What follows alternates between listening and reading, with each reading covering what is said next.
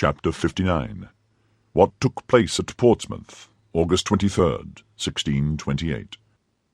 Felton took leave of Milady as a brother about to go for a mere walk takes leave of his sister, kissing her hand. His whole body appeared in its ordinary state of calmness. Only an unusual fire beamed from his eyes, like the effects of a fever. His brow was more pale than it generally was. His teeth were clenched, and his speech had a short, dry accent which indicated that something dark was at work within him.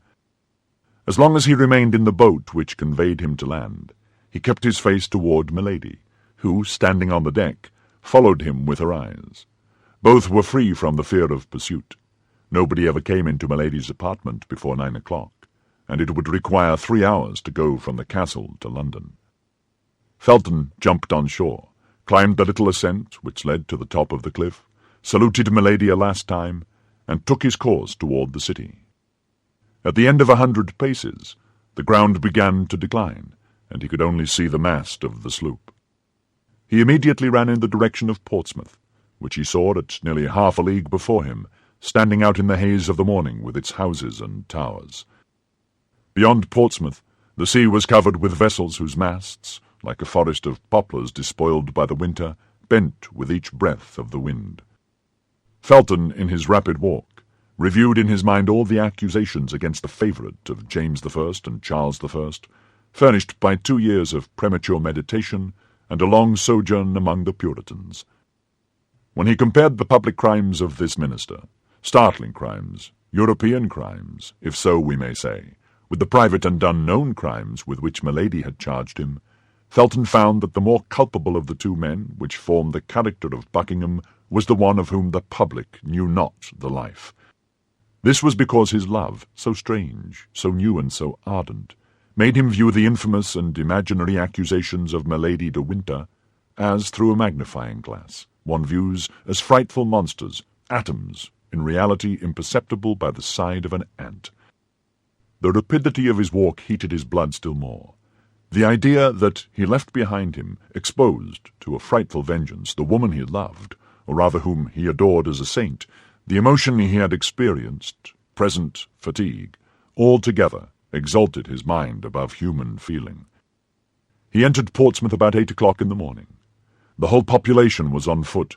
Drums were beating in the streets and in the port. The troops about to embark were marching toward the sea. Felton arrived at the Palace of the Admiralty, covered with dust and streaming with perspiration. His countenance, usually so pale, was purple with heat and passion.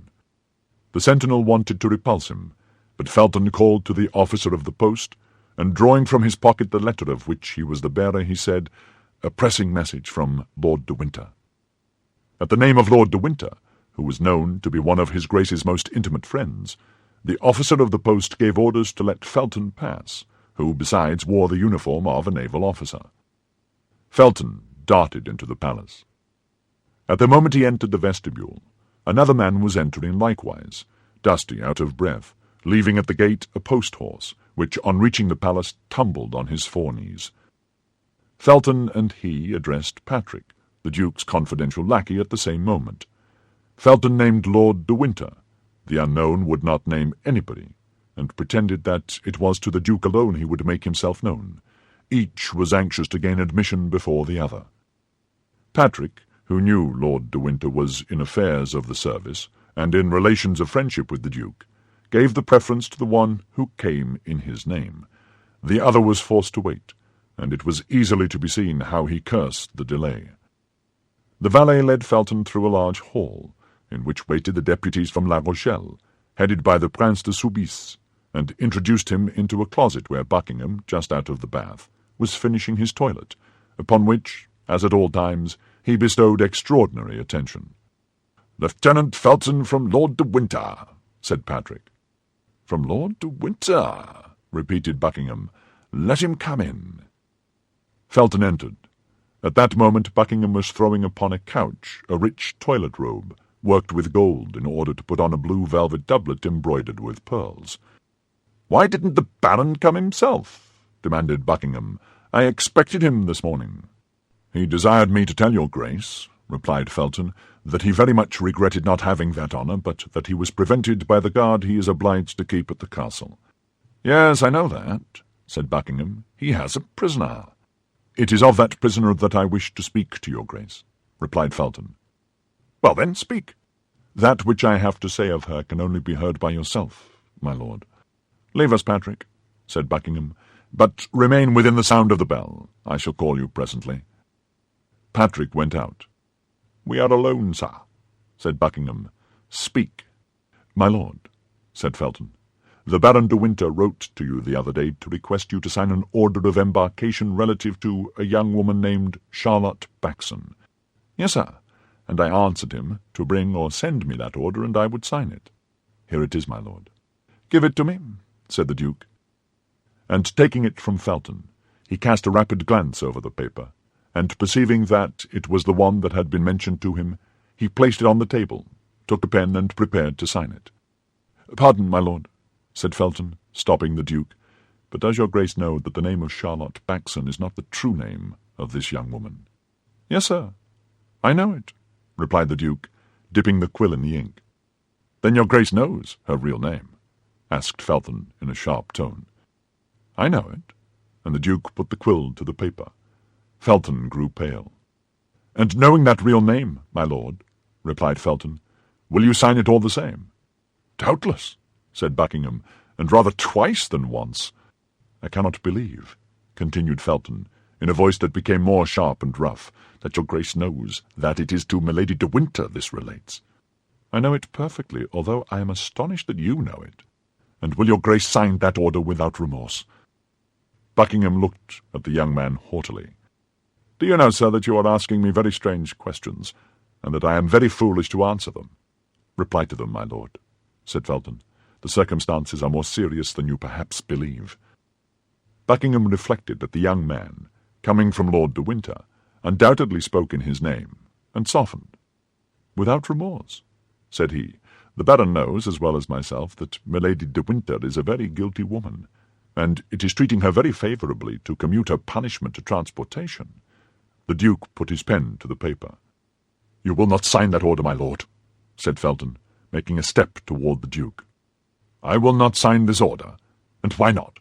Because you will look into yourself, and you will do justice to the lady. I should do her justice by sending her to Tyburn, said Buckingham. This lady is infamous. My lord, Milady de Winter is an angel. You know that she is, and I demand her liberty of you. Are you mad to talk to me thus? Said Buckingham. My lord, excuse me. I speak as I can. I restrain myself. But, my lord, think of what you're about to do, and beware of going too far. What do you say? God pardon me, cried Buckingham. I really think he threatens me. No, my lord, I still plead. And I say to you, one drop of water suffices to make the full vase overflow. One slight fault may draw down punishment upon the head spared, despite many crimes. Mr. Felton, said Buckingham, you will withdraw, and place yourself at once under arrest. You will hear me to the end, my lord. You have seduced this young girl. You have outraged, defiled her. Repair your crimes toward her. Let her go free, and I will exact nothing else from you. You will exact, said Buckingham, looking at Felton with astonishment, and dwelling upon each syllable of the 3 words as he pronounced them. My lord, continued Felton, becoming more excited as he spoke, my lord, beware. All England is tired of your iniquities. My lord, you have abused the royal power, which you have almost usurped. My lord, you are held in horror by God and men. God will punish you hereafter, but I will punish you here. This is too much, cried Buckingham, making a step toward the door. Felton barred his passage. I ask it humbly of you, my lord, said he. Sign the order for the liberation of Milady de Winter. Remember that she is a woman whom you have dishonoured. Withdraw, sir, said Buckingham, or I will call my attendant and have you placed in irons.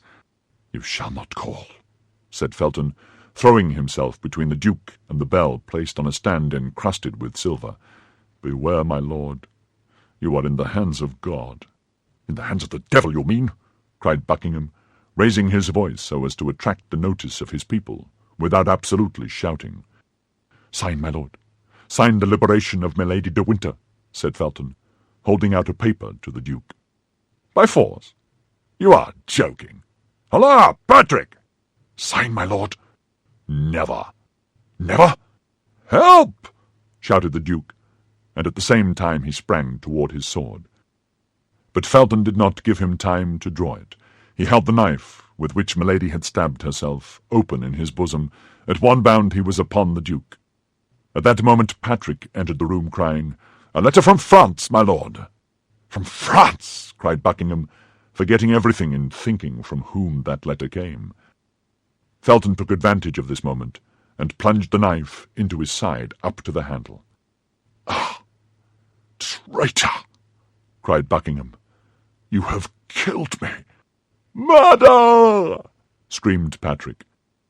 Felton cast his eyes round for means of escape, and seeing the door free, he rushed into the next chamber, in which, as we have said, the deputies from La Rochelle were waiting, crossed it as quickly as possible, and rushed toward the staircase. But upon the first step he met Lord de Winter, who, seeing him pale, confused, livid, and stained with blood both on his hands and face, seized him by the throat, crying, "I knew it! I guessed it!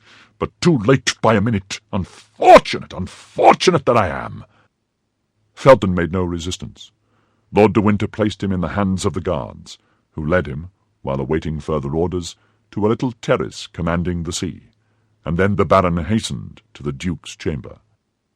At the cry uttered by the Duke and the scream of Patrick, the man whom Felton had met in the antechamber rushed into the chamber. He found the Duke reclining upon a sofa, with his hand pressed upon the wound. "Laporte," said the Duke in a dying voice. "Laporte, do you come from her?" "Yes, Monseigneur," replied the faithful cloak-bearer of Anne of Austria, "but too late, perhaps. Silence, Laporte. You may be overheard. Patrick, let no one enter.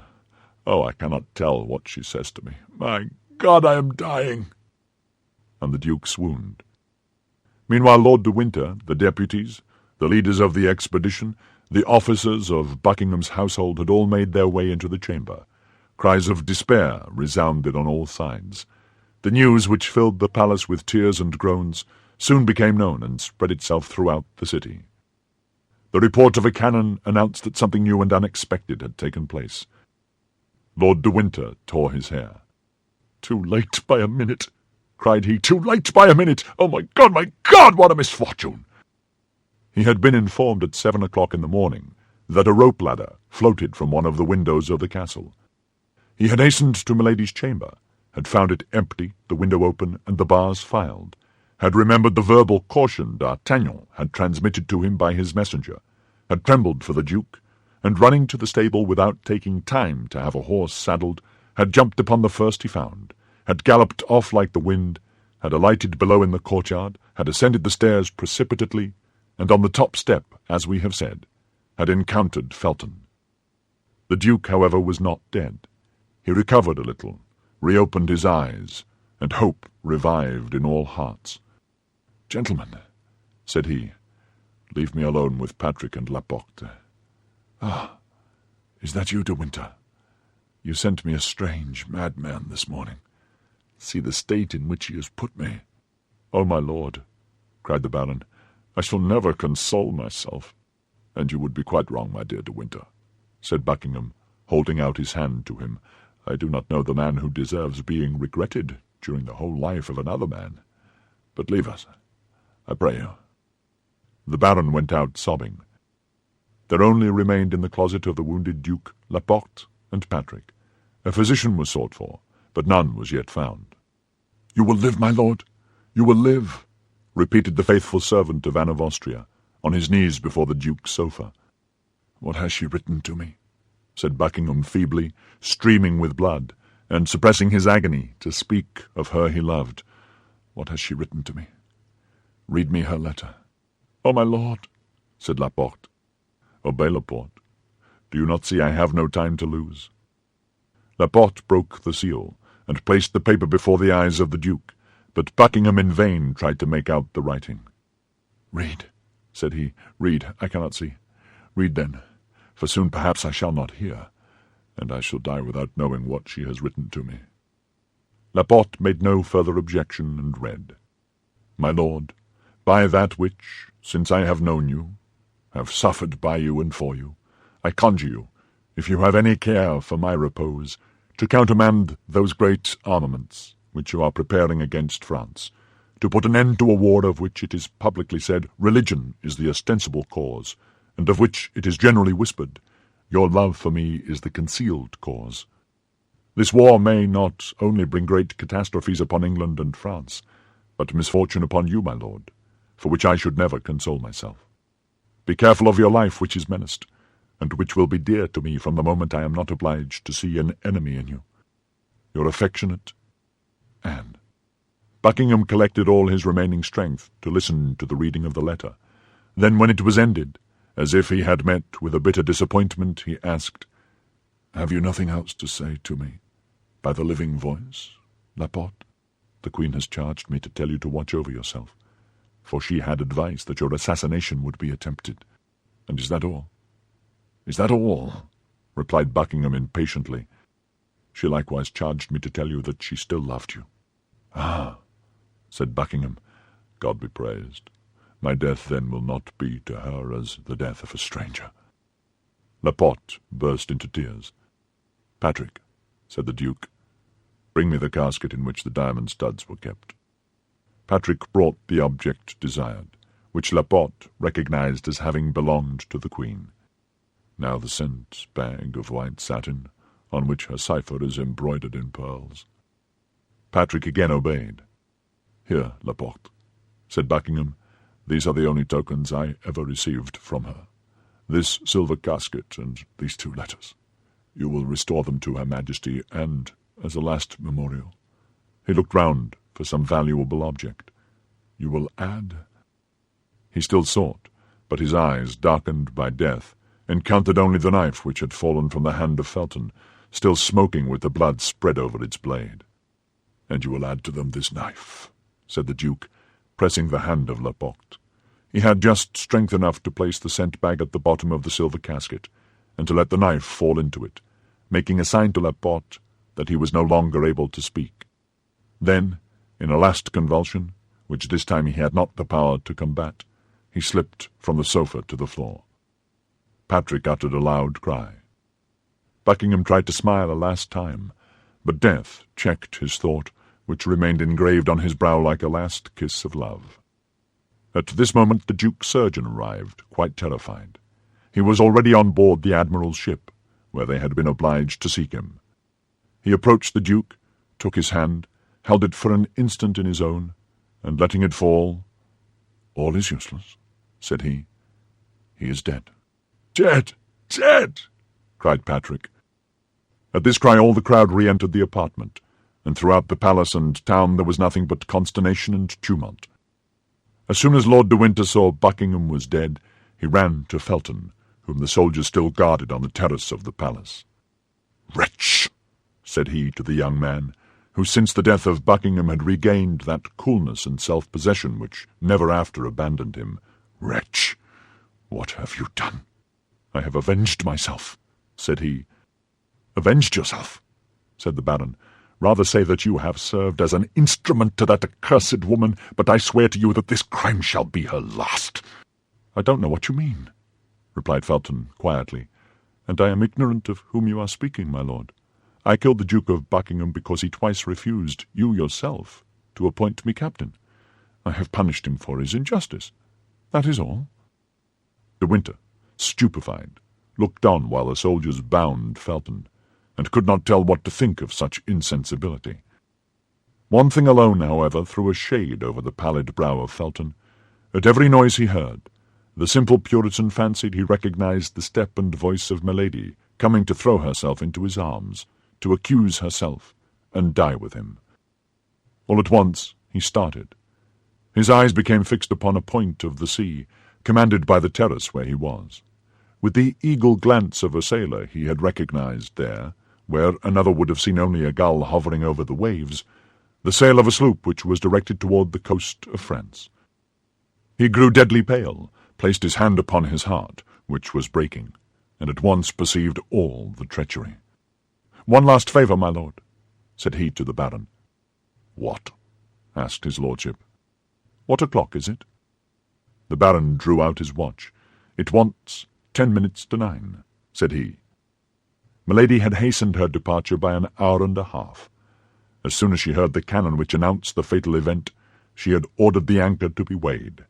The vessel was making way under a blue sky, at great distance from the coast. "God has so willed it," said he, with the resignation of a fanatic, but without, however, being able to take his eyes from that ship, on board of which he doubtless fancied he could distinguish the white outline of her to whom he had sacrificed his life. De Winter followed his look, observed his feelings, and guessed all. "Be punished alone for the first, miserable man," said Lord de Winter to Felton, who was being dragged away with his eyes turned toward the sea. "But I swear to you by the memory of my brother whom I have loved so much that your accomplice is not saved." Felton lowered his head without pronouncing a syllable. As to Lord de Winter, he descended the stairs rapidly and went straight to the port.